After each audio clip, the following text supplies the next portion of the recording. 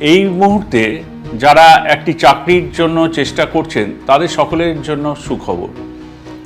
আমাদের মাননীয় রেলমন্ত্রী এবছরে রেলওয়ে রিক্রুটমেন্ট বোর্ডের দ্বারা রিক্রুটমেন্ট করার জন্য একটি বার্ষিক সময়সূচি প্রকাশ করেছেন। 2024 সালে সারা বছর ধরে রেলওয়ে রিক্রুটমেন্ট বোর্ডের নোটিফিকেশন ধাপে ধাপে বেরোবে এবং তা সম্পন্ন হবে।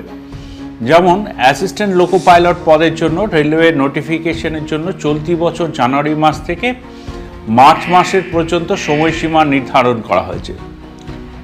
টেকনিশিয়ান পদে রিক্রুটমেন্ট নোটিফিকেশনের জন্য এপ্রিল মাস থেকে জুন মাস পর্যন্ত সময়সীমা নির্ধারণ করা হয়েছে। জুলাই থেকে সেপ্টেম্বরের মধ্যে 4টি আলাদা আলাদা ক্যাটাগরিতে রিক্রুটমেন্ট নোটিফিকেশন রিলিজ করা হবে। যেমন গ্র্যাজুয়েট ক্যান্ডিডেটদের জন্য নন টেকনিক্যাল পপুলার ক্যাটাগরি, যেটি সপ্তম পে কমিশনের লেভেল 4, লেভেল 5 এবং লেভেল 6 এ রিক্রুটমেন্ট করা হবে।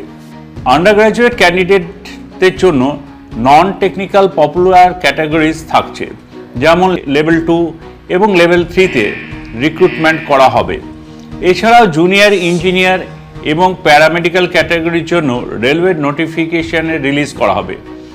এছাড়া অক্টোবর থেকে ডিসেম্বর মাস 2024-এ লেভেল 1 ছাড়াও মিনিস্ট্রিয়াল এবং আইসোলেটেড ক্যাটাগরিজের পদগুলির জন্য রেলওয়ে রিক্রুটমেন্ট বোর্ডের নোটিফিকেশন রিলিজ করার পরিকল্পনা করা হয়েছে।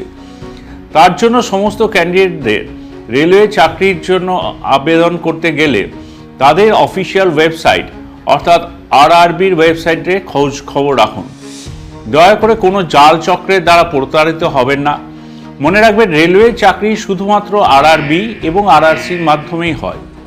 এবং আমাদের রেলওয়ে মন্ত্রী যেটা আপনাদের কাছে বারবার অনুরোধ করছেন, রেলওয়ে রিক্রুটমেন্ট বোর্ডে যে নোটিফিকেশনগুলো আমরা আবারও দিচ্ছি আপনাদেরকে, এইটার মধ্যেও আপনারা দেখতে পাচ্ছেন, সেইগুলোকে ভালো করে ফলো করুন।